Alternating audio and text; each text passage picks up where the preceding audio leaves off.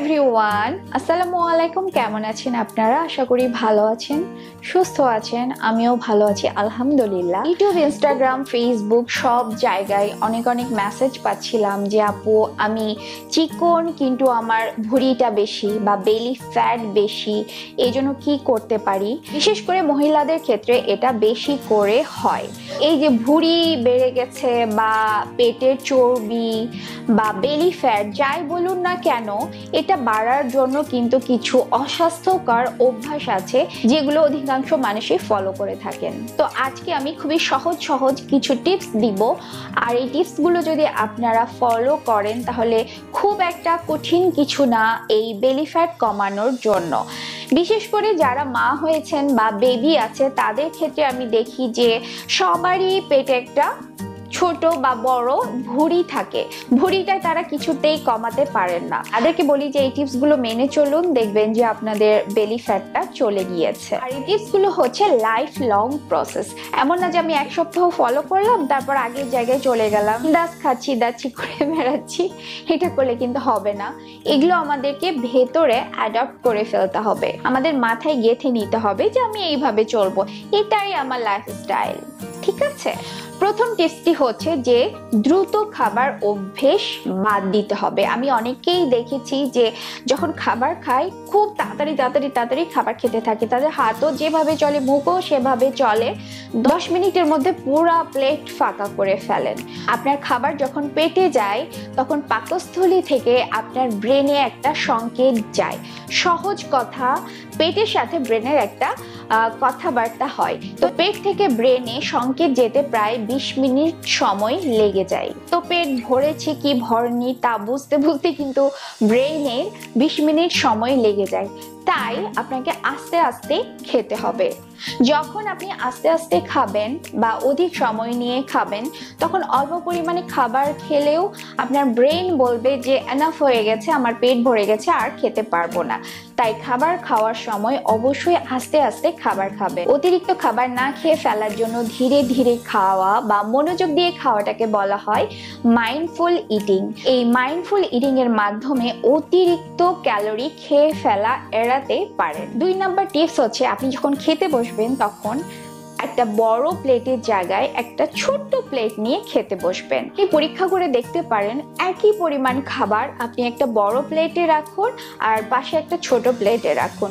ছোট প্লেটের খাবার দেখে মনে হবে অনেক বেশি খাবার নিয়েছি, আর বড় প্লেটের খাবার যদি চেক করেন দেখবেন মনে হবে যে খুব অল্প পরিমাণে খাবার নিয়েছি।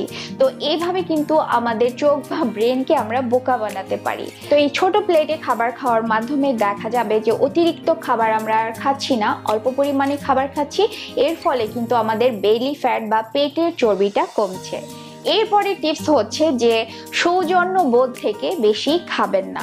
অনেক সময় আমাদের দাওয়াত থাকে বা কোথাও আমরা বেড়াতে যাই, তখন সেখানে বলা হয় যে এটা নাও ওটা নাও বা আজকে একটু বেশি খেয়ে ফেলো, তেমন কিছু হবে না। সেক্ষেত্রে আপনি অন্যের কথা না শুনে আপনি খাবার খাবেন ঠিকই, কিন্তু হেলদি অপশনগুলোকে বেছে নেবেন। সেখানে আপনি মিট আইটেম নিতে পারেন, সালাদ নিতে পারেন, ভেজিটেবল নিতে পারেন, সেগুলো নিয়ে কিন্তু আপনার প্লেটটাকে ভরে রাখবেন।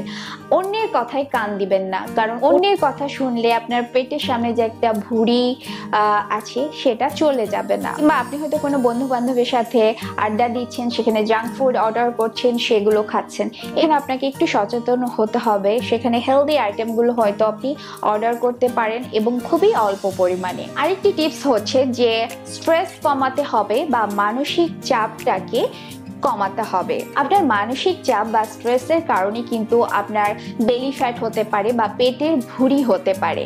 আমরা যখন দিনের পর দিন স্ট্রেসে থাকি তখন আমাদের বডিতে কর্টিসল নামে এক প্রকারের হরমোন নির্গত হতে থাকে, আর এই হরমোনটাই কিন্তু আমাদের অতিরিক্ত চর্বি বা বেলি ফ্যাট জমাতে সাহায্য করে। আর এই কর্টিসল হরমোন নির্গত হওয়ার ফলে আমাদের প্রচুর পরিমাণে ক্রেভিংস হয়, বিশেষ করে চিনি জাতীয় বা জাঙ্ক ফুডের প্রতি ক্রেভিংস হয়।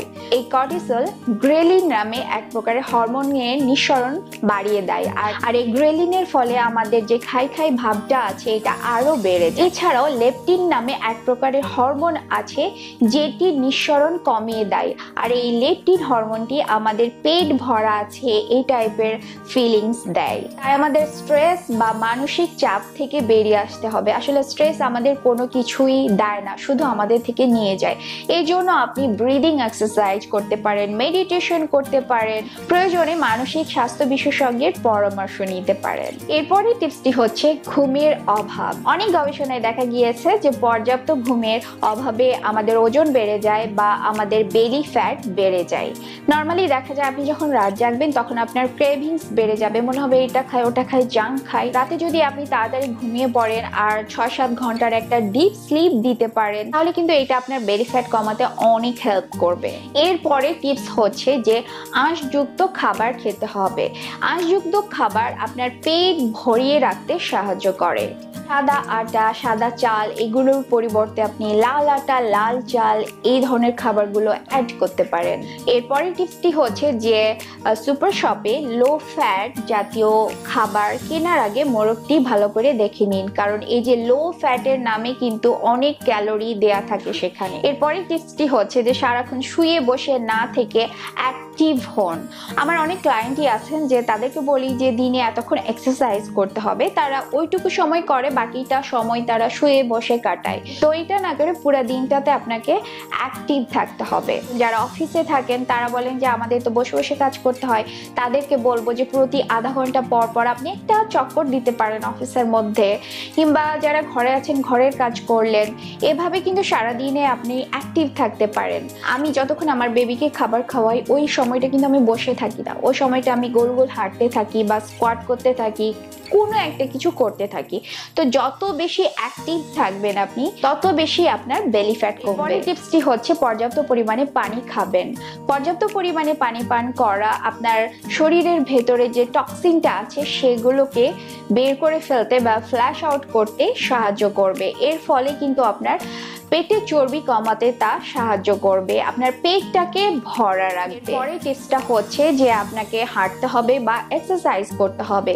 দিনে অন্তত 10,000 স্টেপস হাঁটতে হবে, আর সাথে আপনাকে কিছু এক্সারসাইজ করতে হবে। এটা আপনার বেলি ফ্যাট কমার সাথে সাথে আপনার মনটাকে অনেক ভালো রাখবে, হ্যাপি হরমোন নির্গত হবে।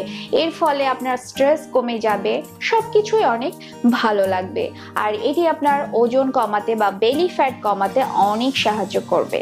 পরের টিপসটি হচ্ছে যে জাঙ্ক ফুড বা চিনি জাতীয় খাবার এড়িয়ে চলতে হবে। আজকাল মানুষ প্রচুর পরিমাণে জাঙ্ক ফুড খেয়ে থাকেন, মিষ্টি জাতীয় খাবার খেয়ে থাকেন। তো এই জাঙ্ক ফুডটাকে আমি বলছি না একেবারেই বন্ধ করে দিতে হবে, আপনি উইকলি একবার খেতে পারেন, তাছাড়া আপনাকে স্টপ করতে হবে।